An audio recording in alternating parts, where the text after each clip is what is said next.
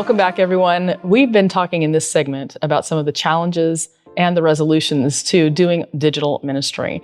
And so one of the questions that I want to ask my friends here today is, what was one of the hardest things about teaching online versus in person? And I know for me, it was really the mental split between having to focus on what I was saying to somebody versus the tech that was involved and trying to keep watch on all the tech kind of things that were happening all at the same time. So what about you guys?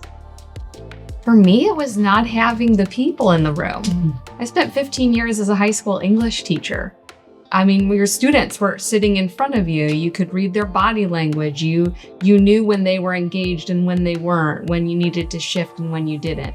So that mental shift to, it's me and I'm teaching and they can chat with me, but I can't see their faces, so I don't really know. And if nobody's chatting with me, did they all leave me in the live space? So it was that shift, not having the people in the room and just having to trust the Lord and what was prepared, that we were moving in the right direction. There's some truth in that there's a lot of interplay in a live room when you have live bodies. And if you're by yourself and you can't really see or hear, absolutely. What about you guys? It's the helping.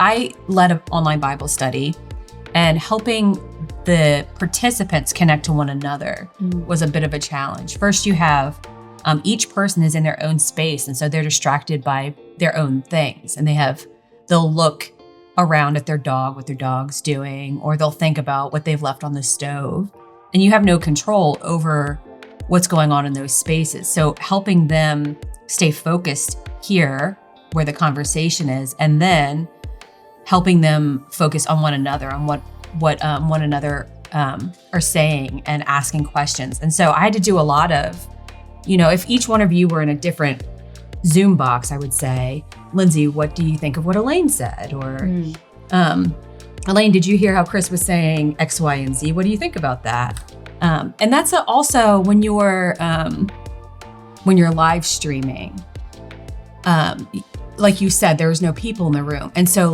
making sure that you connect and that you talk to those people and mention them so that they know to pull their attention to where you are. Yeah.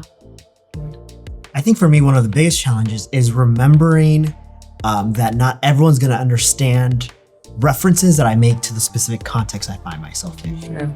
And so sometimes, I'll say things like the garden right outside the church or the park down the street. And it's like, well, if you're watching this and you're 5,000 miles away, you have no idea what that space looks like. And so reminding myself the references that I use to kind of bring people along the story I'm trying to tell matter. And so I have to find references that are applicable in different contexts. Right. And that goes along with not only just the physical context, but even like what you were saying, my personal context.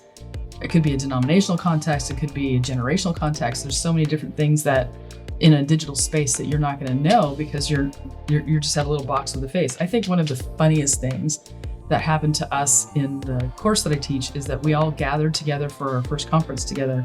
And when they showed up and we met each other for the first time, we're like, wow, you're taller than I thought. Wow, you're shorter than I thought. Wow, you're so, because everybody's pretty much equal in the Zoom box, right? Mm-hmm. And so sometimes we just miss those nuances of individuality when we're in that kind of space. Thank you.